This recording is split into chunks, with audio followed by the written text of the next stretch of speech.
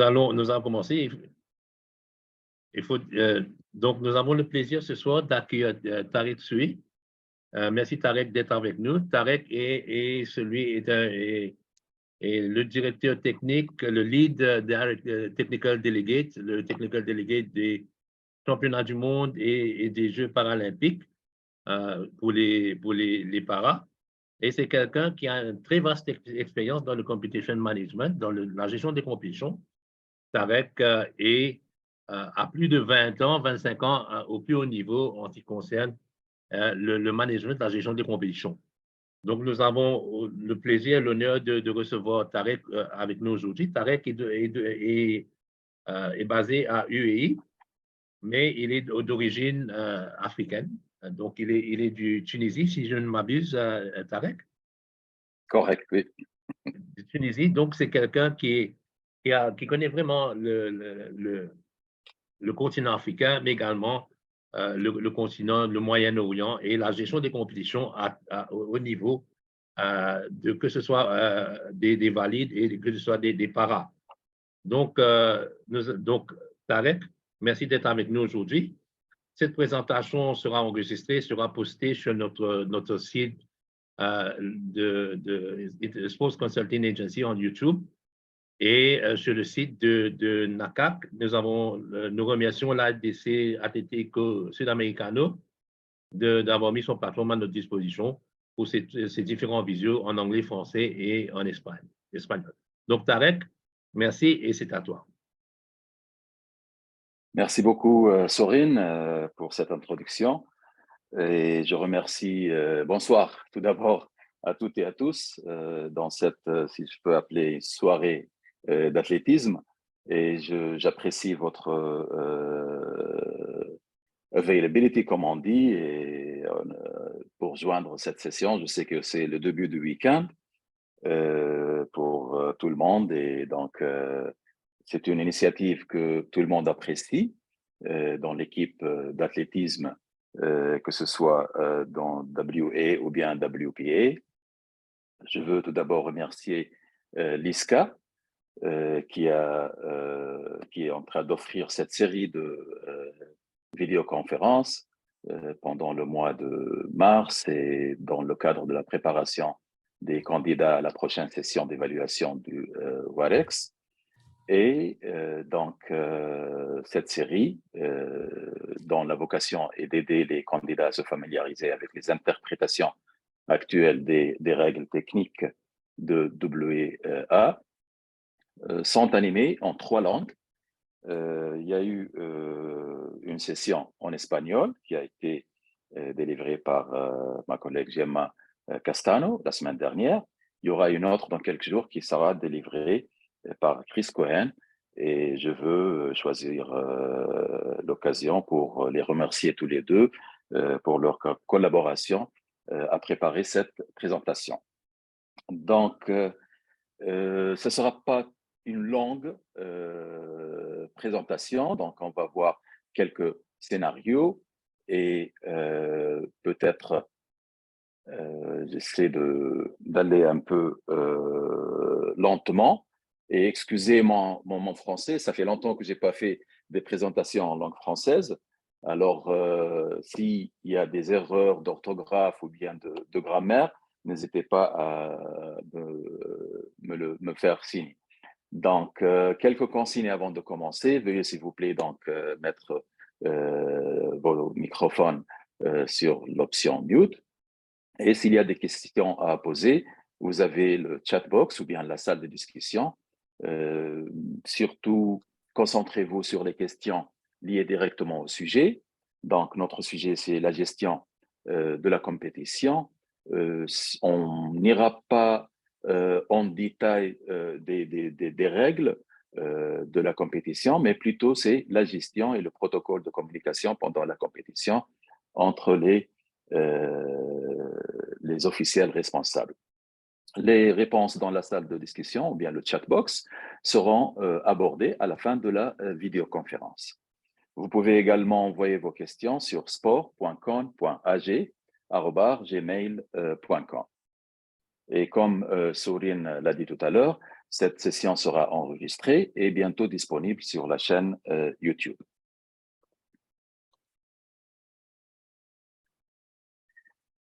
Donc, les règles de WA ou bien World Athletics et World Para-Athletics régissent qui gère la compétition. La règle 5.1, les délégués techniques en liaison avec les organisateurs qui devront leur apporter toute l'aide nécessaire ont la responsabilité d'assurer que toutes les préparations techniques sont entièrement conformes aux règles techniques et au manuel de World Athletics sur les installations d'athlétisme. Les délégués techniques désignés pour la compétition, autres que les meetings d'une journée, doivent, c'est 5 plus point 1.9, statuer, y compris le cas échéant, conjointement avec les juges arbitres concernés et le directeur de la compétition, sur toute question qui survient pendant la compétition et pour laquelle aucune disposition n'existe dans les règles ou dans les présentes règles ou dans tout autre règlement en vigueur ou dans la disposition relative, plutôt les dispositions relatives aux compétitions sur toute question qui pourrait nécessiter une dérogation afin que la compétition puisse continuer en tout ou en partie, ou bien afin de garantir l'équité pour tous les participants. Donc là, la règle, elle est très claire, qui fait quoi, et pour brièvement expliquer ça, c'est un trio responsable de la gestion de la compétition. Les 3 officiels les plus importants sont le délégué technique, le directeur de compétition et le juge arbitre. Donc, c'est une association et une relation qui commence avant la compétition, qui continue aussi pendant la compétition et même après la compétition. Donc, c'est très important que ce trio ait un protocole de communication bien clair et qu'il communique fréquemment. Donc, toute l'information liée à la compétition et bien sûr en mettant les athlètes au centre de toutes les décisions prises pendant la compétition.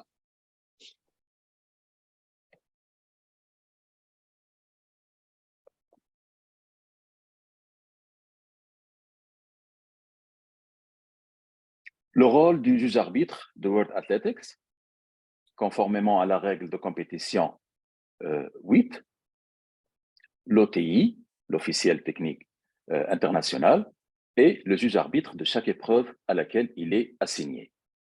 Mais aussi, dans certaines situations mentionnées dans ce document, cette présentation, aidera au bon déroulement de certaines épreuves. Il incombe à l'OTI, bien l'ITO en anglais, de veiller à ce que les règles de compétition de World Athletics et le règlement technique pertinent, ainsi que toutes les décisions prises par les délégués techniques, soient respectées dans le déroulement de l'épreuve. Il est important de noter qu'en plus d'être juge-arbitre, et lorsqu'ils seront disponibles pour le faire, les OTI continueront d'être affectés à certaines positions, en particulier dans les courses. Ça va dépendre du nombre d'OTI disponibles dans la compétition, de la compétition elle-même, si c'est une compétition d'une journée, des championnats, les Jeux olympiques ou paralympiques, et ainsi de suite. Comment cela fonctionne-t-il dans la réalité? Le contrôle minute par minute de l'épreuve incombe au directeur de compétition qui travaille aux côtés du directeur de la présentation de l'événement, Sport Presentation, mais non contrôlé par celui-ci. Donc, le dernier mot est toujours au directeur de compétition et pas à la présentation de l'événement.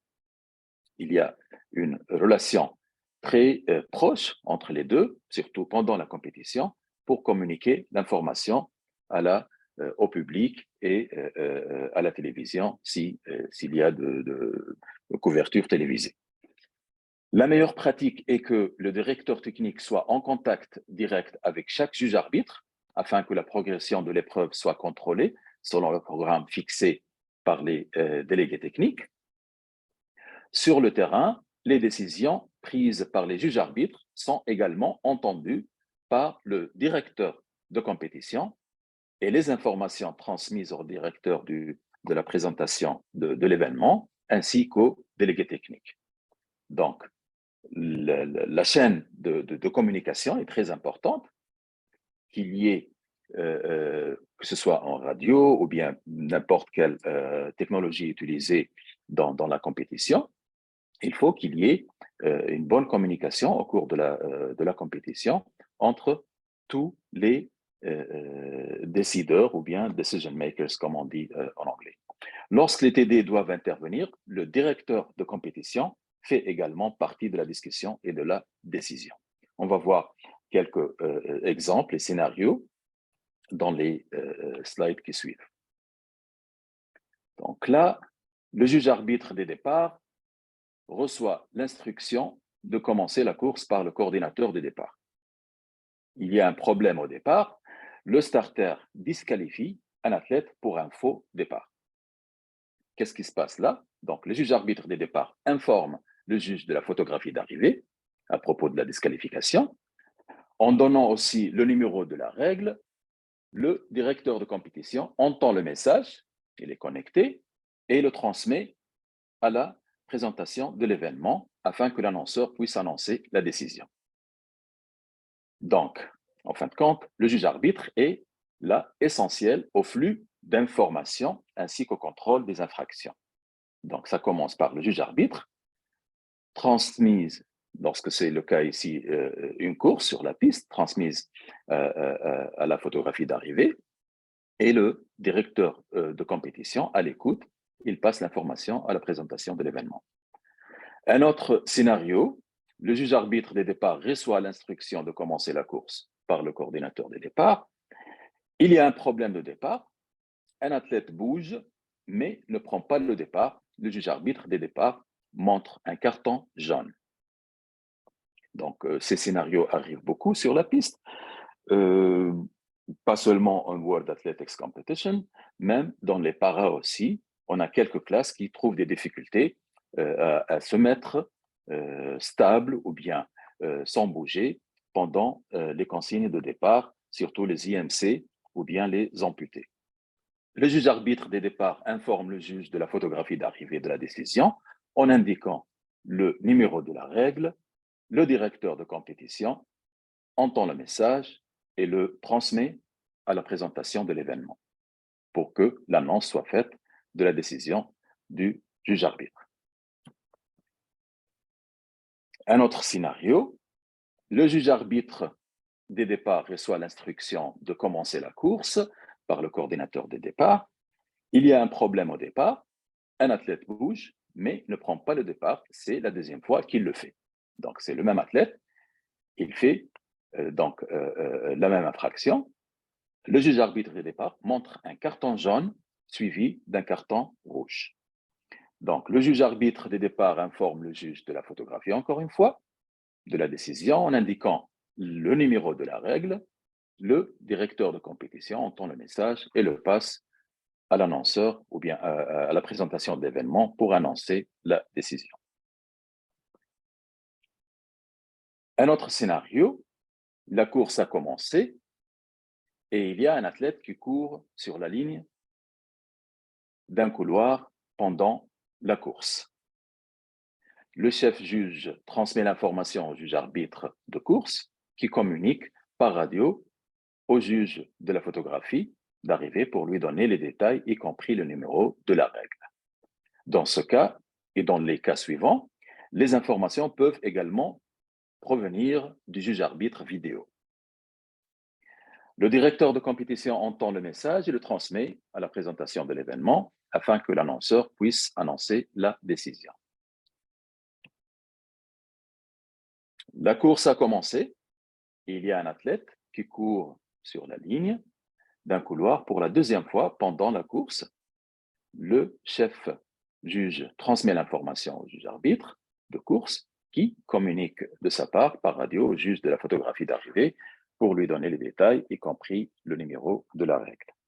Donc, c'est la deuxième fois, et le DC entend, bien sûr, le directeur de compétition entend le message et le transmet à la présentation de l'événement.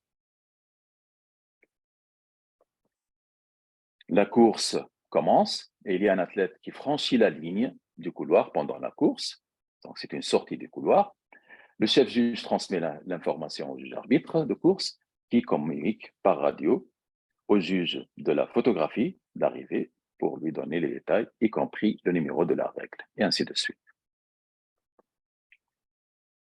Le cas suivant, on a une course qui commence, il y a une athlète qui franchit la lisse pendant la course.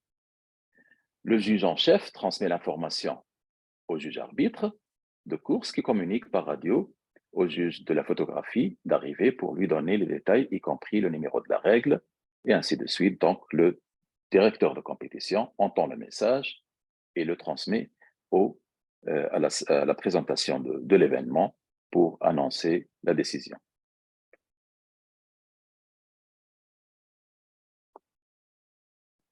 Encore, c'est la même course.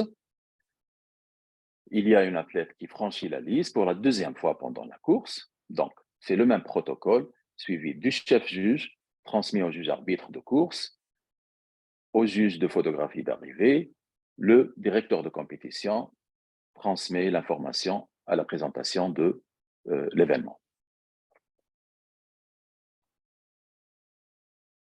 Le troisième scénario ici, la course a commencé, il y a une athlète qui franchit la lisse pendant la course parce qu'elle a été poussée par une autre athlète. Donc là, c'est différent. Le chef juge aussi transmet l'information au juge arbitre de course qui communique par radio au juge de la photographie l'arrivée pour lui donner les détails, y compris le numéro de la règle. Le directeur de compétition passe le message à la présentation de l'événement. Là, on a une proteste. Donc, suite à cet incident, l'athlète qui a été poussé et sorti de la piste, l'équipe dont l'athlète a été disqualifié décide de protester. Donc, le centre d'information technique informe le juge arbitre de course et l'arbitre vidéo qu'il y a eu une protestation de l'équipe. Le directeur de compétition entend le message et le transmet à la présentation de l'épreuve, de l'événement, de sorte que l'annonceur est au courant de la situation et dit à l'équipe de la cérémonie de remise des médailles que la cérémonie ne peut pas avoir lieu. Donc là, dans ce scénario, le programme de compétition va être affecté et on aura recours à changer peut-être le temps de la remise des médailles et même décaler quelques épreuves parfois dans le programme de la compétition, si possible. Donc, et on suit donc le scénario et le cas jusqu'à la délibération de la décision. Si ça avance vers le jury d'appel, donc c'est une autre procédure, et ainsi de suite. L'essentiel que cela soit la communication entre le trio existe jusqu'à la fin de l'événement ou bien l'épreuve par la remise des médailles. Ce scénario me rappelle un scénario, peut-être vous rappelez aussi, de la course fameuse des 5000 mètres de Pékin en 2008, le T54, dans les Jeux paralympiques 2008 de Pékin, là où la course, donc il y a eu un incident, un crash entre les fauteuils avant la fin de la course et le juge arbitre de course, il a décidé de refaire la course après 2 jours.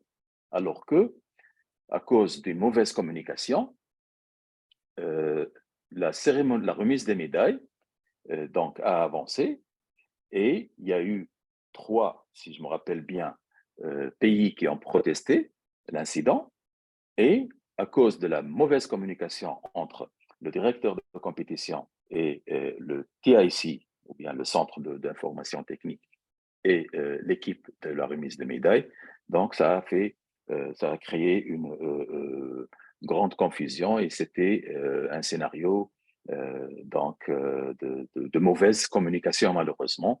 Et depuis, on insiste que dans chaque compétition, même si les officiels locaux ne parlent pas la langue anglaise, parce que la langue anglaise est la langue officielle des Jeux, généralement. Donc, il faut s'assurer qu'il y a toujours une bonne communication entre le trio, le directeur de compétition, les délégués techniques et les juges arbitres.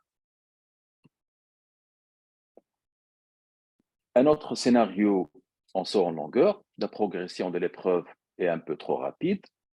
Alors, le directeur de compétition dit au juge arbitre de ralentir l'épreuve.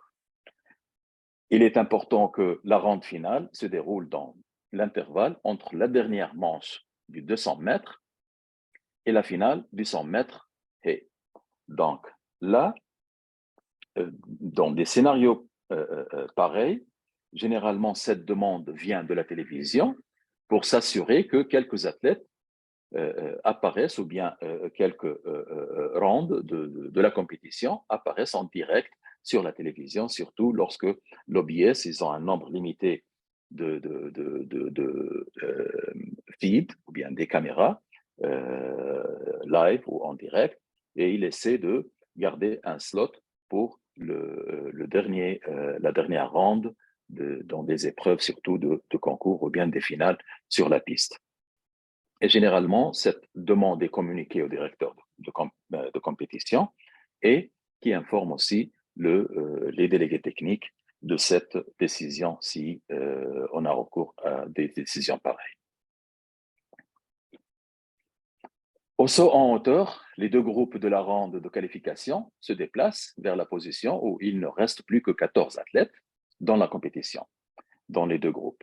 Donc, les juges arbitres des deux groupes doivent travailler ensemble à coopérer avec les délégués techniques pour s'assurer que la compétition se termine au bon moment. Là, on ne veut pas voir que, surtout lorsqu'on a des rondes de qualification, voir un groupe qui finit et l'autre qui a encore des athlètes qui n'ont pas fini leur compétition. Donc, même la progression doit être identique entre les deux groupes. Et aussi, comme l'exemple précédent, parfois, suivant la demande de la télévision, on essaie de garder la même progression de la compétition et le temps de la fin de l'épreuve, qu'il soit le plus possible comme prévu à l'avance. Dans l'épreuve de triple saut, un athlète veut se plaindre que le no jump qui lui a été donné n'est pas correct. Donc, il n'était pas satisfait. Le juge arbitre lui montre l'écran sur le terrain pour démontrer que la décision était en effet correcte. Cela résout le problème. Donc là, ça s'arrête.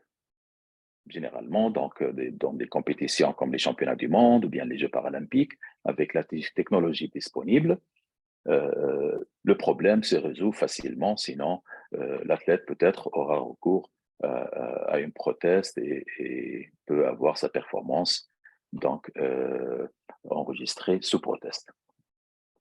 Dans le lancer du marteau, un incident qui s'est passé dans les championnats du monde, il y a un problème avec la cage, le marteau est coincé dans le filet et ne descendra pas. Donc, il y a des situations pareilles, ça peut arriver avec le disque. Le juge arbitre contacte le directeur de compétition pour demander de l'aide pour abaisser le filet rapidement afin que la compétition ne soit pas retardée. Le directeur de compétition informe le délégué technique de la situation et communique avec le responsable technique pour que le personnel se rende rapidement sur le terrain afin de résoudre le problème. Il faut aussi communiquer la cause du retard ou bien l'incident à la présentation de l'événement pour que le public comprenne ce qui se passe et peut-être aussi prévoir le temps de redémarrage de la compétition.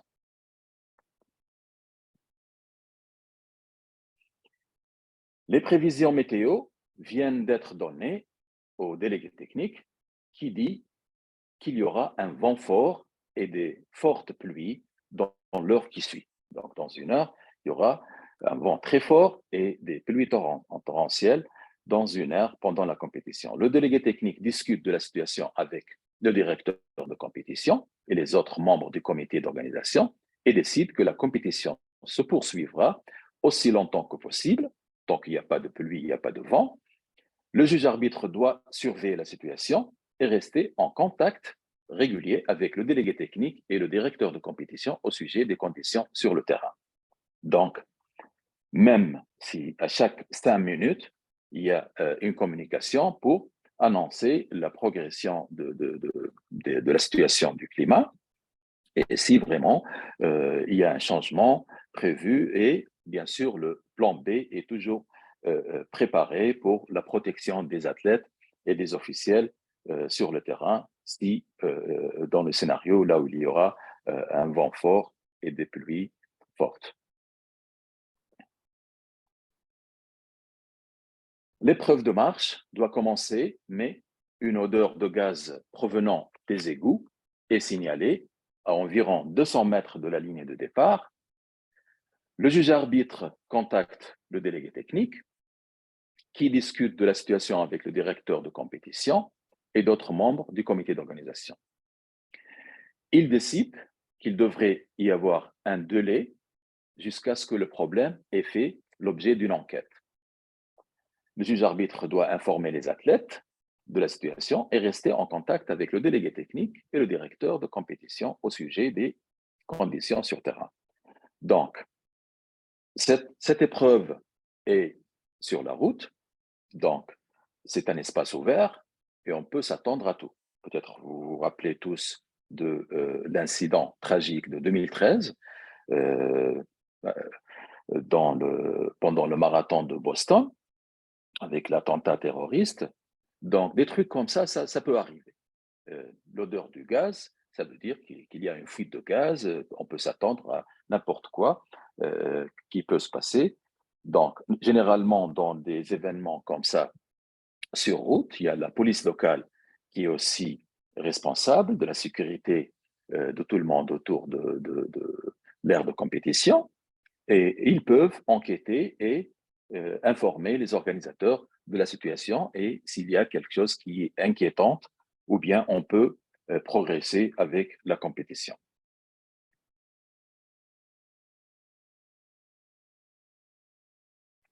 Pour les réunions d'une seule journée, le juge arbitre de World Athletics agit en tant que délégué au nom de World Athletics.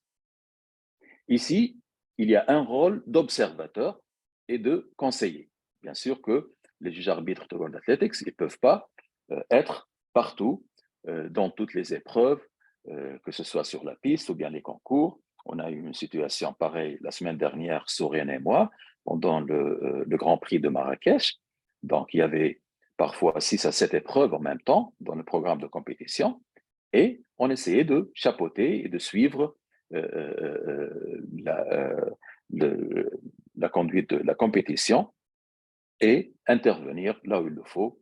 Et généralement, donc, le rôle du juge arbitre de World Athletics dans des meetings d'une seule journée ou bien dans des compétitions courtes, il est un rôle observateur et conseiller plus que decision maker ou bien dans la position de prendre des décisions. Il est toutefois important que les conseils soient donnés pour s'assurer que la compétition se déroule dans les meilleures conditions pour les athlètes. Bien sûr, ça se passe avec une réunion avant le démarrage de la compétition entre le délégué technique ou bien le juge arbitre de World Athletics et le directeur de compétition et les juges arbitres principaux de la compétition. Donc, c'est très différent du rôle dans un championnat ou bien dans les jeux, mais toujours essentiel au bon déroulement de la compétition. Surtout pour donner conseil ou bien pour résoudre les problèmes s'il arrive.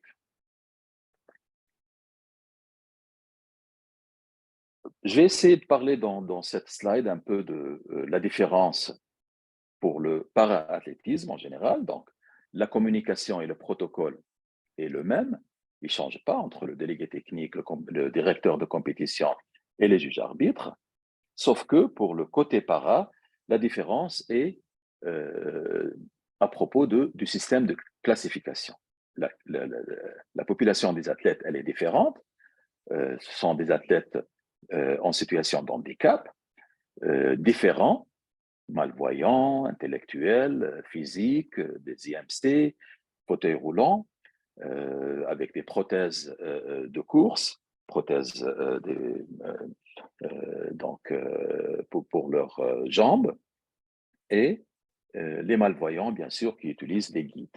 Donc, le système de classification, ça impose quelques modifications dans l'ère de compétition, mais les règles sont les mêmes.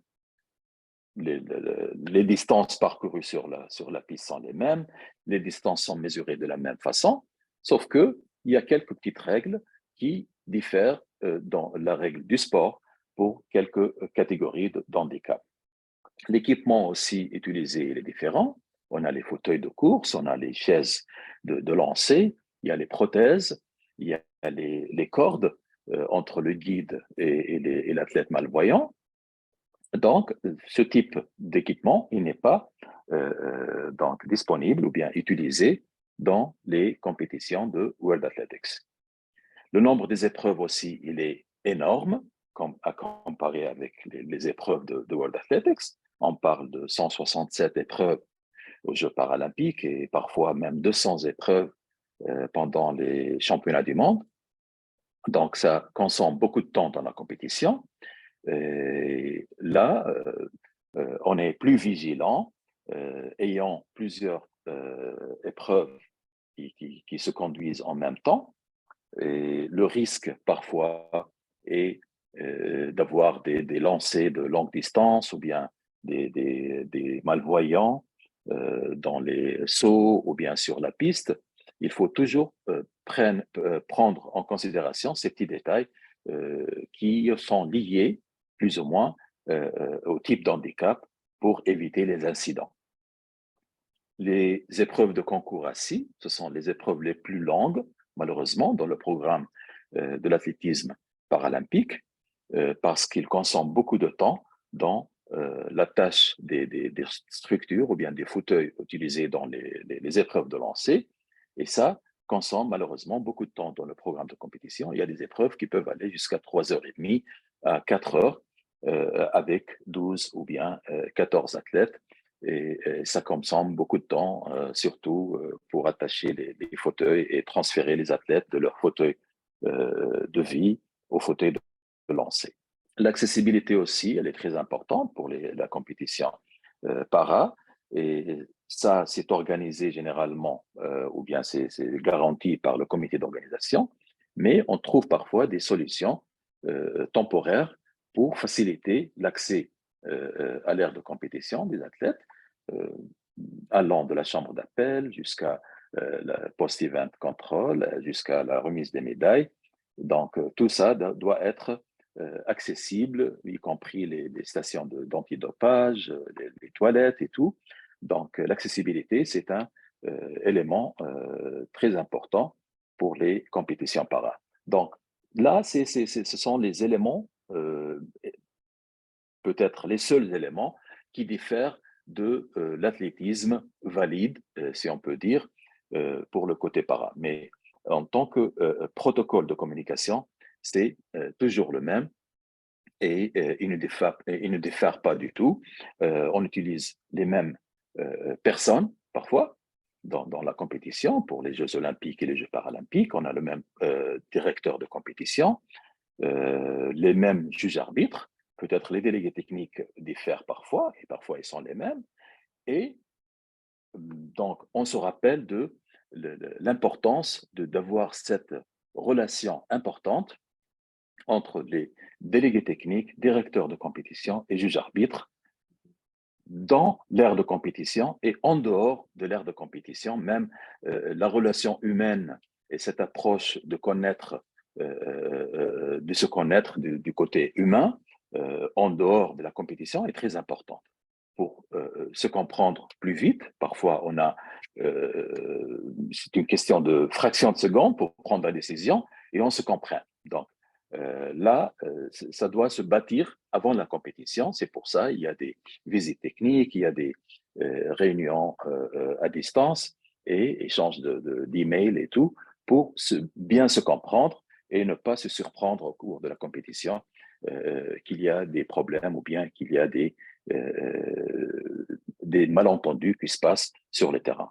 Et bien sûr, on se rappelle toujours que les athlètes doivent être au centre de toutes nos décisions.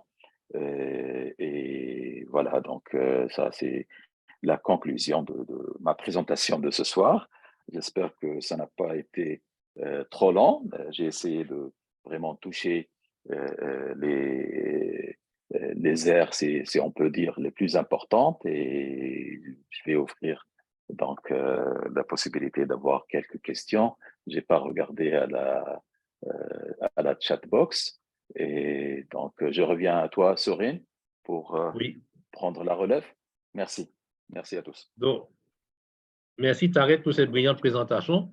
Ce que nous ne réalisons pas, nous étant sur le terrain, qu'il y a toute une organisation qui se passe en haut, en haut, je veux dire, avec le délégué technique, avec le directeur de compétition, avec le Events Presentation Manager. Donc, il y a tout cet échange d'informations, de décisions qui doivent, les besoins de la télévision, les besoins de sécurité, les besoins du transport, tout ça, il y a des décisions à être prises, qui sont prises et qui impactent la compétition. Donc, comme Tarek a dit, l'important, c'est la communication. Il y a dans tout état de cause, le juge arbitre sur le terrain, comme Tarek a bien précisé, il gère sa compétition, mais à tout moment, le délégué technique, le directeur de compétition doit être au courant de ce qui se passe. Parce que s'il y a quelques problèmes, automatiquement, ça impacte tout le système, y compris la télévision, tout ça. Il y a des besoins contractuels qui doivent être respectés, et Tarek l'a bien mis en exergue. L'important, c'est la communication. C'est pourquoi, en étant juge arbitre, on se fond à l'intérieur de l'équipe, on devient partie de l'équipe, mais on n'oublie pas qu'il y a une hiérarchie. Hein? Nous ne prenons pas des décisions sur le terrain sans, bien sûr, des décisions techniques concernant l'épreuve, ça c'est tout à fait normal. Donc, lorsqu'il y a une décision concernant la gestion de l'épreuve qui va impacter sur le programme en général, ça, il faut qu'il y ait une consultation avec le délégué technique. Donc, merci Tarek d'avoir bien mis l'emphase sur ces différentes situations. On a vu tout de suite que l'expérience parlait lorsque tu faisais cette présentation-là. Donc maintenant, c'est ouvert à nos amis qui ont des questions. Ils peuvent poser directement à Tarek et profiter qu'on ait quelqu'un de son expérience dans un domaine qui est très vaste comme World Para-Athletics pour nous donner une idée sur la gestion des compétitions. Merci, Sorin.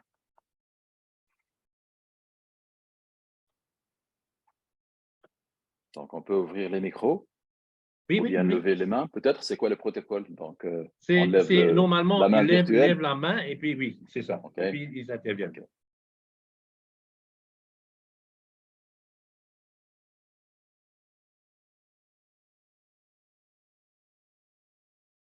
Non, je crois que Didier?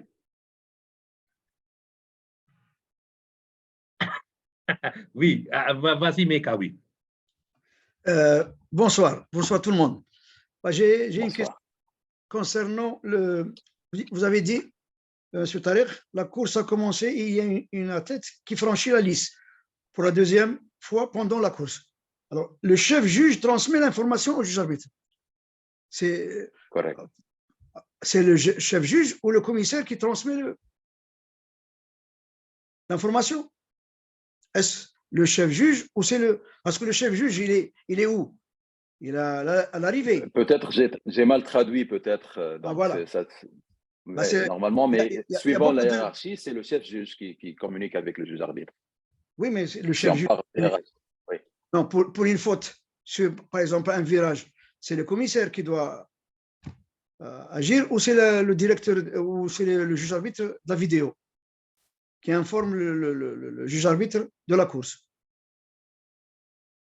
Oui, mais dans le scénario qu'on a bien précisé dans la slide, c'était le chief judge ou bien le chef juge qui a communiqué avec le juge arbitre. Le chef juge, bien sûr, il va recevoir l'information des commissaires et la faire passer au juge arbitre. Donc là, si je comprends bien, le commissaire, c'est l'umpire, si je ne suis pas... donc, corrige-moi, Sorin, si j'ai utilisé. Exact. Voilà. Le commissaire, c'est Empire. Donc Oui, là, voilà. c'est le chef Il doit Empire, communiquer bien avec sûr. le chef umpire. Voilà. le chef commissaire. Chef Le commissaire. chef commissaire, exactement. Donc, moi, j'ai mal traduit. Je m'excuse, Ça va. Makawi. Non, il n'y a pas de problème. Maintenant, c'est Merci. C'est clair. clair. Merci quand même. Il faut préciser que non seulement que l'information vient vers le juge arbitre course, mais également l'information vient du vidéo referee. Du vidéo referee parce qu'ils travaillent ensemble, c'est en simultané. Ouais. Et c'est à ce moment-là que la décision est prise et communiquée s'il y a lieu de hold l'event, comme on a expliqué pendant la présentation vidéo, d'arrêter l'épreuve, d'arrêter le résultat ou le prononciation en attendant qu'il y ait enquête, qu'on puisse déterminer s'il y aurait disqualification ou s'il y aurait autre chose. Donc, le résultat n'est pas annoncé immédiatement. Effectivement. Et pour le juge arbitre vidéo, il faut qu'il ait une bonne vue sur la piste. Parfois, l'emplacement des caméras n'aide pas à prendre la bonne décision, ou bien une décision conclusive. Et donc, la décision finale reste au commissaire sur la piste de décider s'il y a eu une infraction ou pas. Ouais.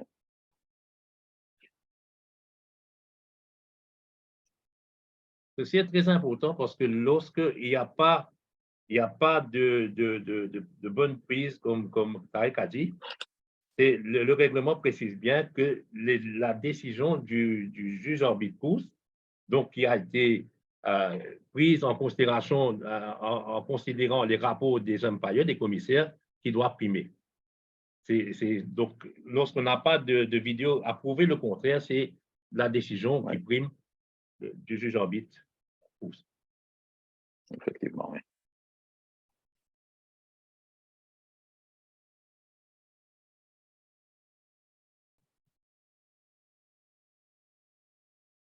Donc, d'autres questions? Claudia? Question, Koja, even in English or Spanish? Oh. Merci.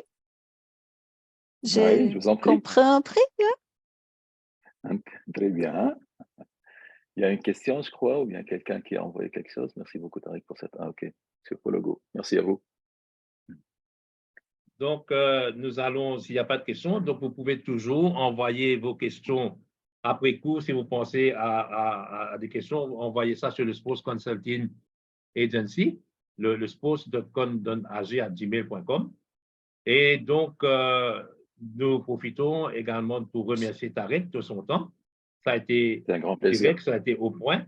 Et ça, comme je l'ai dit, ça a démontré l'expérience, ça me voyait sur ta présentation. Donc, merci Tarek pour ta disponibilité. Je sais que pour avoir été avec toi pendant quelques jours, que il y a toujours quelque chose qui passe. Donc, avoir 1 heure avec Tarek, c'est comme tu as gagné à la loterie. Donc, merci Tarek, merci pour ta disponibilité. Pas à ce point quand même. Merci. J'exagère un peu, Sorin. Hein? Merci beaucoup pour les compliments. C'est un grand plaisir d'être avec vous ce soir. J'ai vraiment apprécié l'occasion et l'opportunité et je souhaite un bon succès pour tout le monde pour les examens qui viennent le mois prochain. Et j'espère vous voir sur la piste un de ces jours, quelque part autour du monde. Merci beaucoup. Peut-être pour les Jeux africains, je ne sais pas, peut-être à Ghana. Oui. Certains de nos amis seront certainement. Je serai à Ghana. Je serai à Ghana. Je serai à Santiago aussi et à Hangzhou. Donc, certainement, on va se croiser quelque part. Certainement. Donc, merci à Tarek et merci à nos amis d'ADC Atletissimo Sudamericano, encore une fois, et à toute son équipe. Et à Claudia, bien sûr, pour celle qui coordonne tout ça. Et donc rendez-vous demain pour la prochaine visio. Demain, c'est demain. Tomorrow, what is the visio, Claudia? No visio tomorrow? Ah, okay. So we have a rest day tomorrow. It will be on Monday. Okay. Just for us, So- not for Roberto. Donc, merci Roberto et merci à tout le monde et à bientôt. À Merci, bientôt. passez bonne soirée, bon week-end. Au revoir.